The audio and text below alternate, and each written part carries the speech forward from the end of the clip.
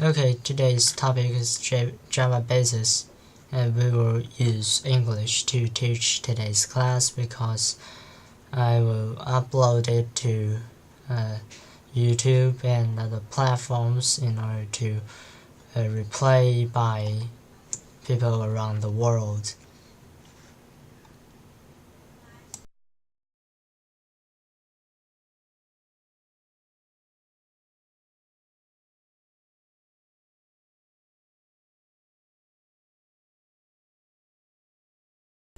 Section 1, Packages and Classes.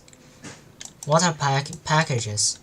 Packages are used in Java in order to prevent naming conflicts, to control access. And what are naming conflicts? For example, we define variable a equals to 1, and then on the next line we define the variable a again, int a equals 2, and then it will cause a naming conflict because we define a twice. So in order to prevent these conflicts, we can use packages, and there can be two different a's in different packages, and we can just use packages identifiers to access these different variables.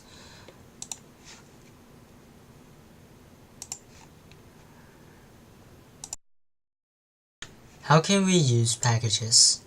We can just import it.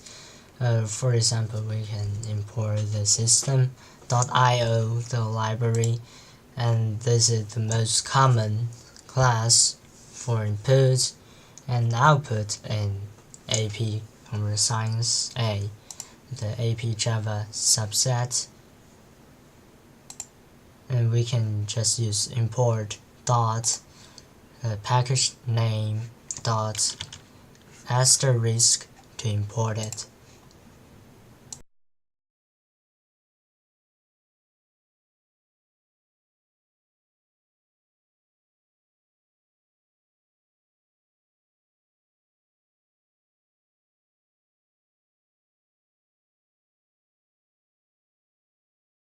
And then let's look at java.comments.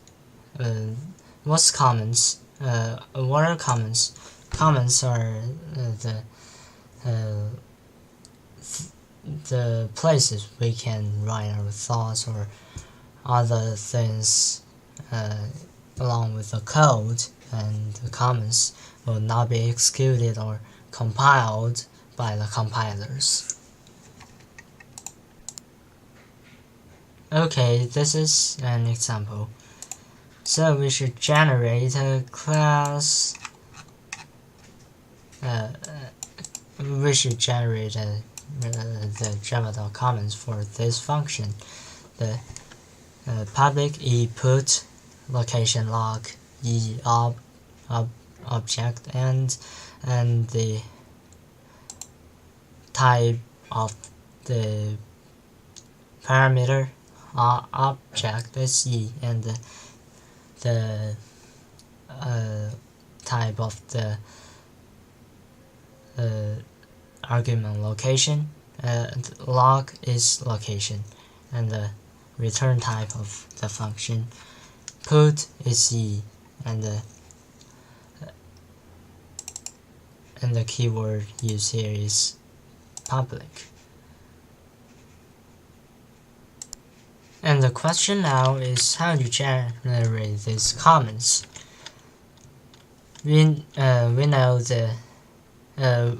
know from the previous slide that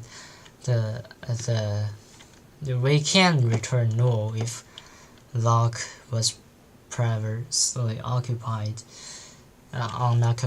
So if we return null in a function which have to return a type e variable, this will cause a null pointer exception, and we should deal with that.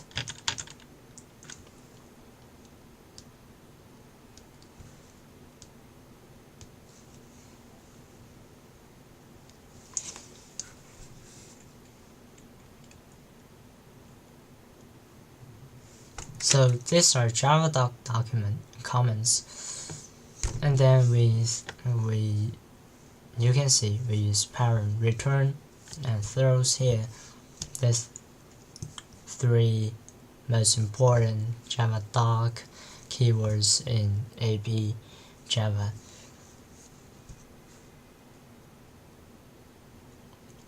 And you can see with throws null pointer exception here.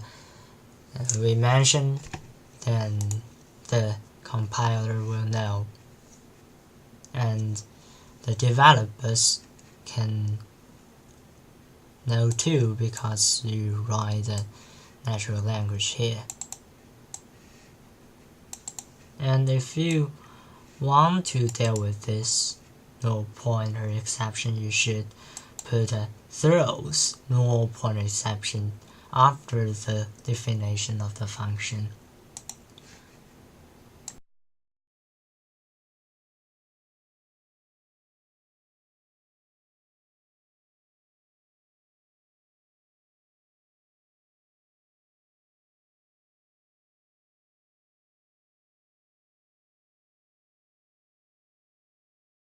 Okay, section 2, types and identifiers.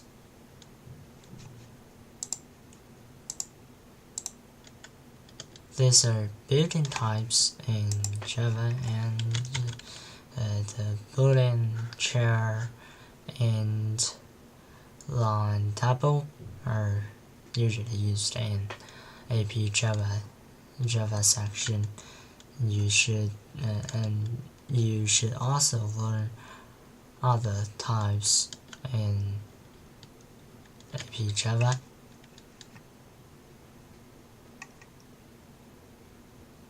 Okay, implicit conversion is sometimes should convert the type to another type. For example, in this example, index x5 double y x equals x, and I comment y equals 5.0 here because y is a double float number, and we can just use implicit conversion here without any other methods strategies to convert. Okay, now I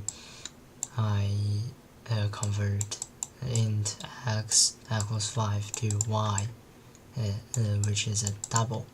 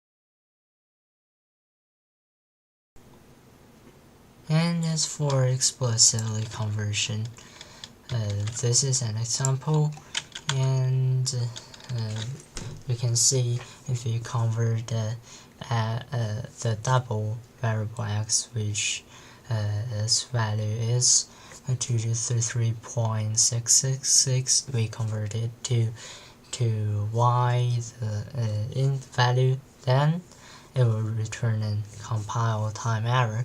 What is a compile time error?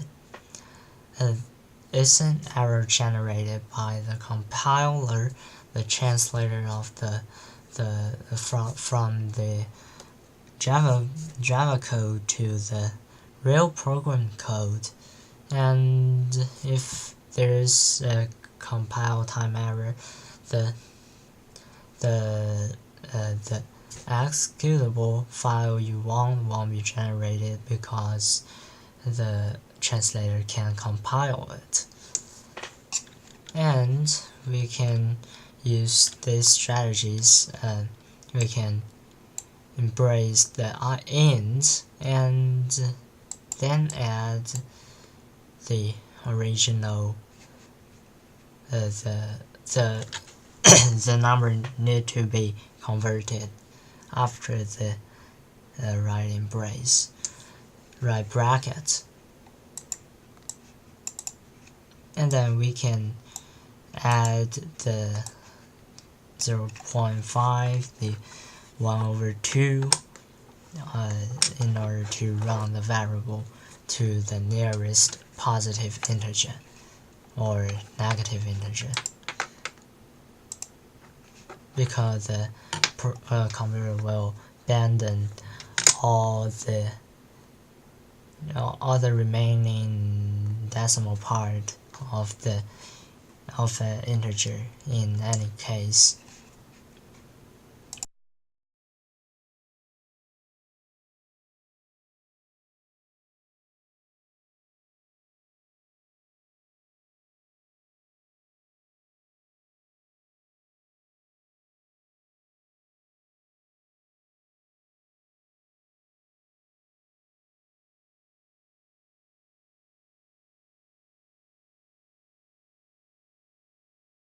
This the common basis programmers use in programming: hexadecimal, octal, decimal, and Boolean. To define a hexadecimal number, you can just put 0x before the number body, and for defining a octal integer, you can put a 0 before the number body, and for decimal integer you do not need to put anything. And you can see this conversion example here. 40 equals 100 equals 42. And Boolean, you can see this expression is true because A equals B equals C is proved true, and then D is equals to the expression, so the Boolean variable D is also true.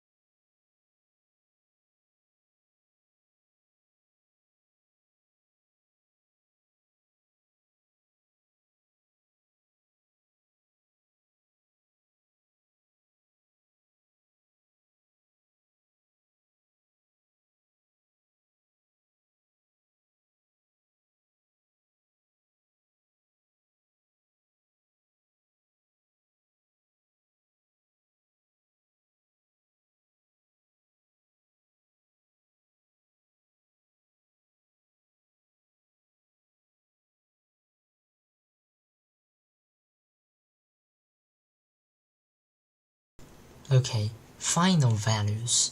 Final values are constant values.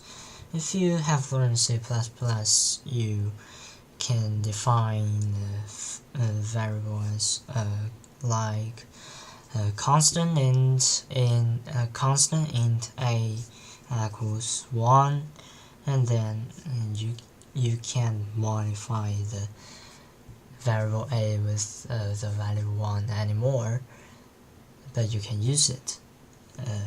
This is a constant value, and it's similar in Java, so you can just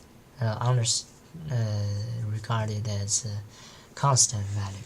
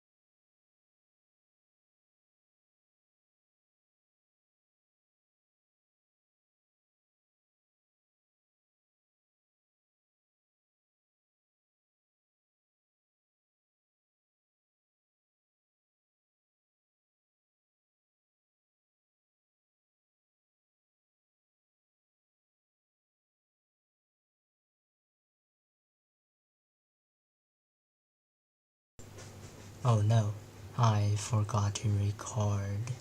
Open the microphone recording. I will stop the video later. Section 3, Input and Output. We must input or output something in a program, in a ordinary program. I mean, and this is how we can input a number. Double x equals io dot redouble. And what this io is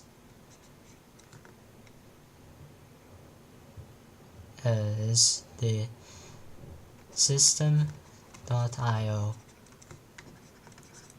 and this is the package.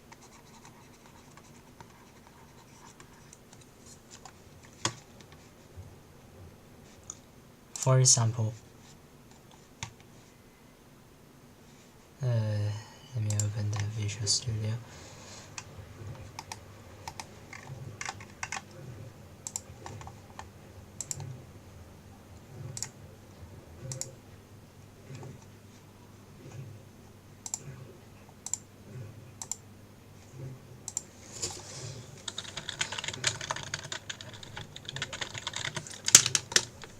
Import no CPP Java. Let me see. I will change the capture window.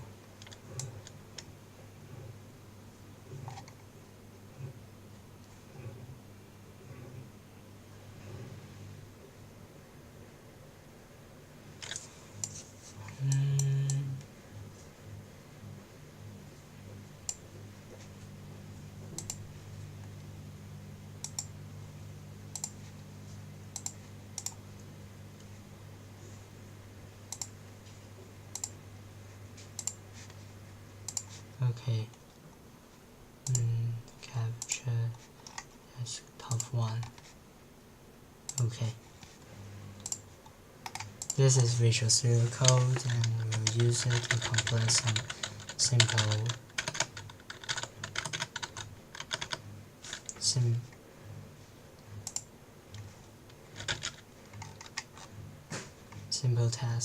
tasks. Oh no, CPP Java. Yeah. Oh no, not system. System is using in C# and this is Java. You import java.io and we define public one public class 1 public static main.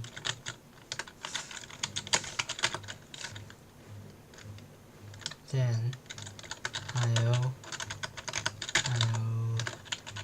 dot read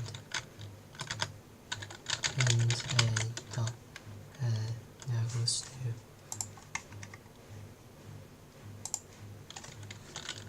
io dot read double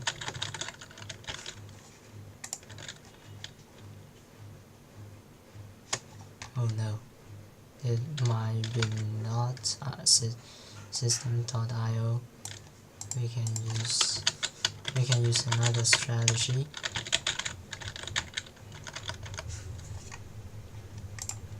The scanner.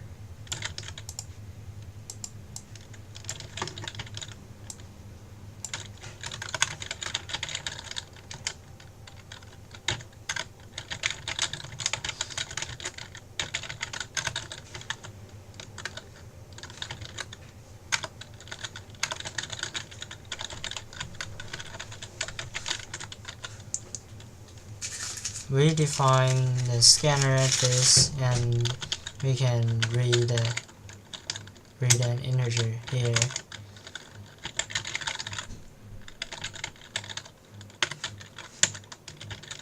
then we can print the integer out.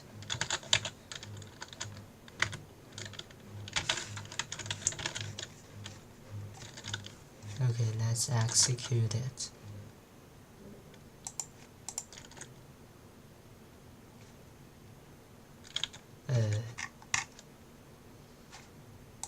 Debug Java.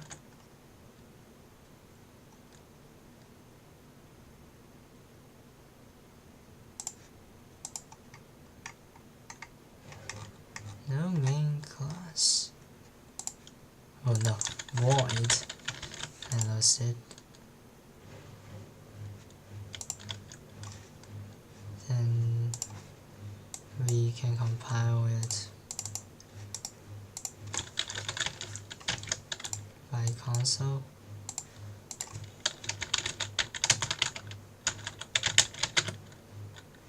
And then we can run this. What?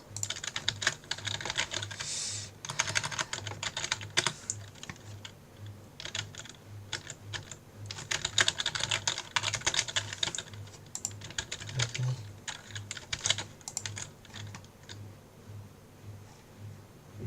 Okay, we get it. We enter 1 and then it output 1. And we can enter something different. And then if we are not entering the integer, so it returns an exception. We can use another strategy. Double.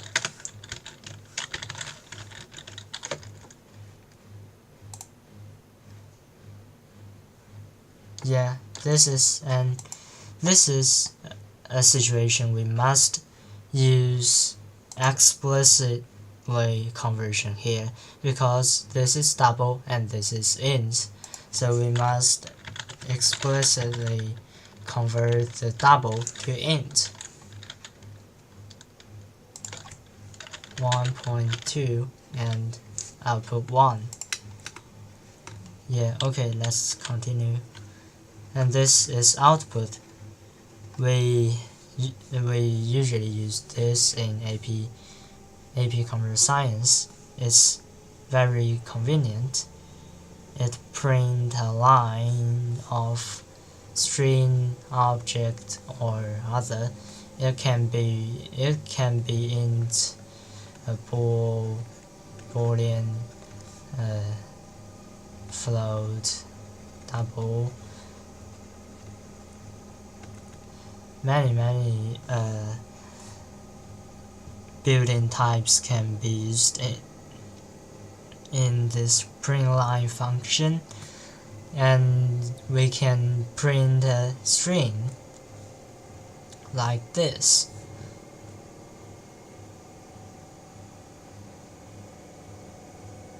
And after each print line, it will put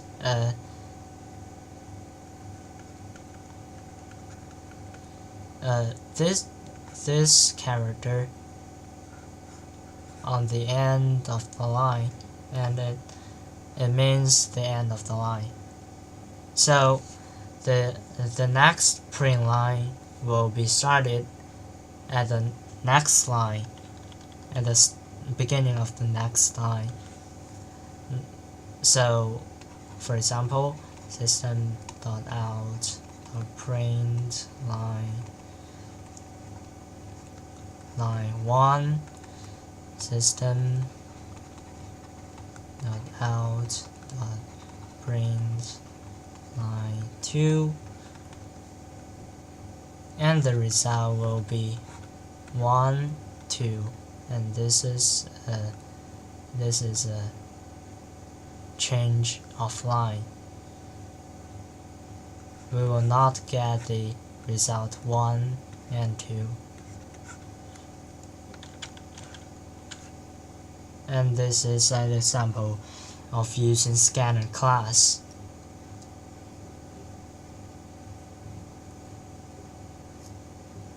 Can you understand the meaning of this code?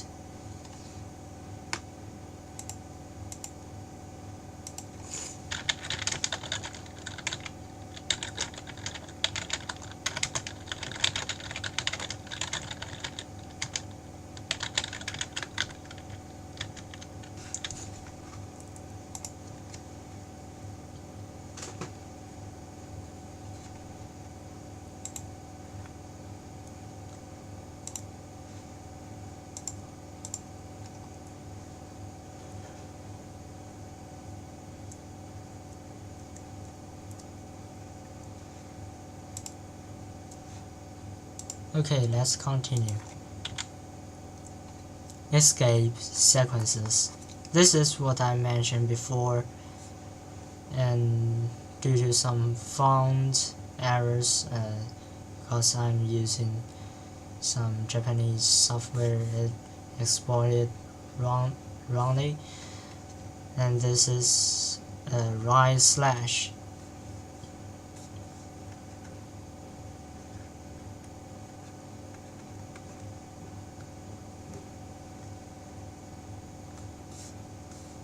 This means new line, and for example, this is an example, and we will get welcome to a new line, and there is a implicit new line signal here.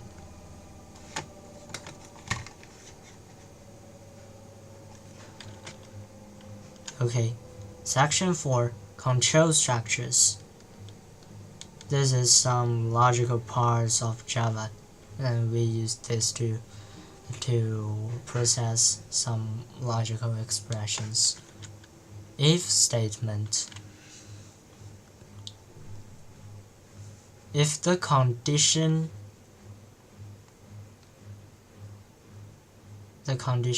is okay, we will run the code in the statements, and we won't run the code in the else.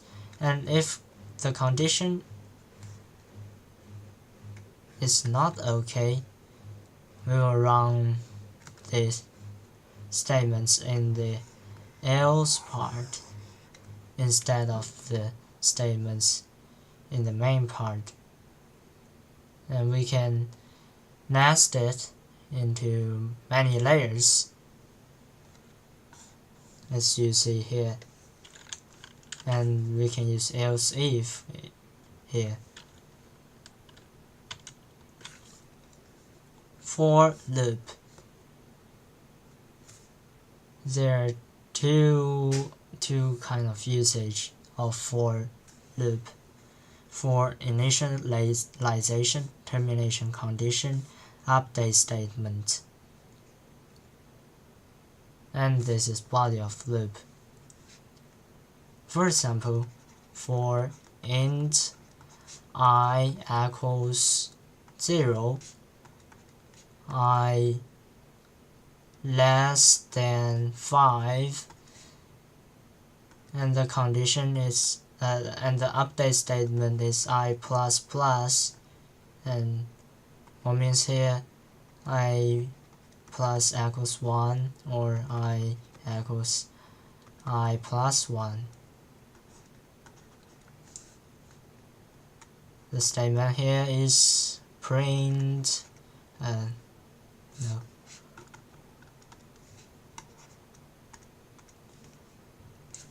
system out dot print line I. Okay, what will we get in this part of program? It will output like this: 0, 1, 2, 3, 4. There's no 5 because I cannot be equal to 5. And this is a example of the simplest for loop. Also, there's also a strategy here, and there's a collection, for example.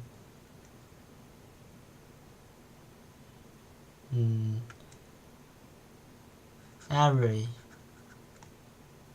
no, list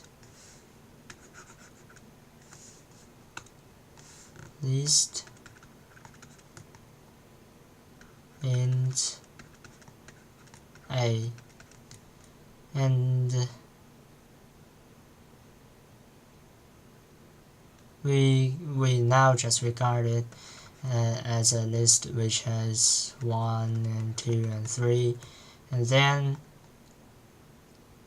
we can for int a, no, this is a collision, int x colon a, and then we use system dot out the print line x. Then we will get 1, 2, 3 here. And while loop is simpler than for loop, we can also write for semicolon instead of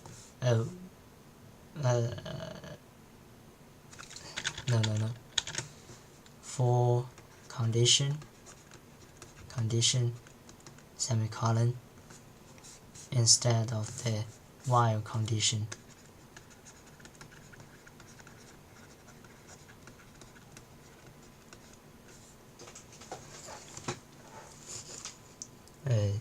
You can see how it works. Section 5, Errors and Exceptions. These are common types of exceptions, and you can use search engines like Google and Bing to search these kinds of exceptions, or you can just learn its meaning by its name. And the arithmetic exception is divided by 0. We all know any number cannot be divided by 0, and if you divide something by 0, it will throw an arithmetic exception, and the program will exit with the exception.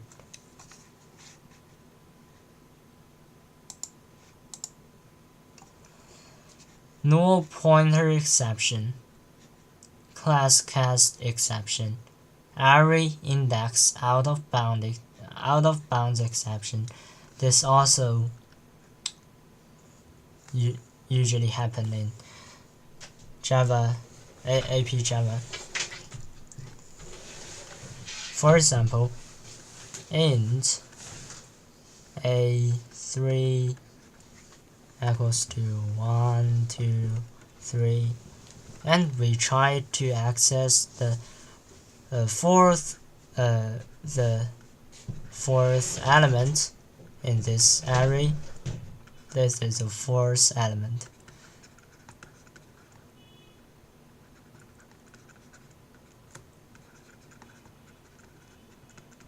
And it will call the array index out of bounds exception.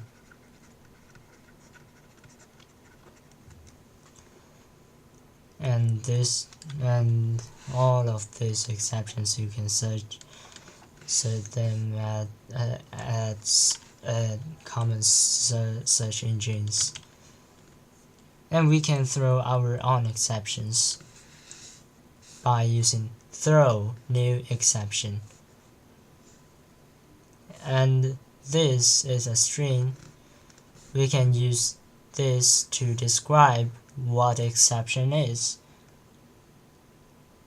We can return the string to the console, the error buffer. We all know the console have two buffers, two text buffers. The first is output buffer, and the second is error. We use system dot out dot print line to print in the output buffer, but the exception will be directly into the error buffer, and the program will exit when you throw an exception and you did not handle it correctly. For example, throw new exception. This is an example.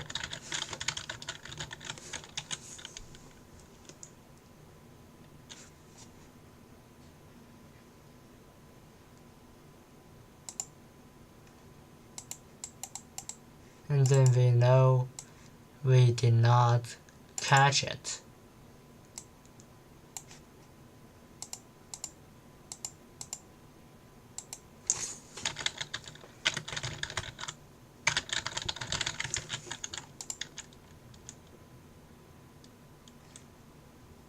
And then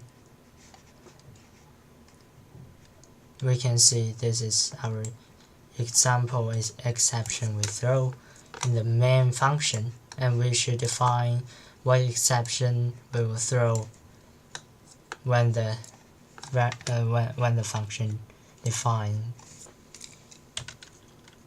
And that's all of the content today. Thanks for listening.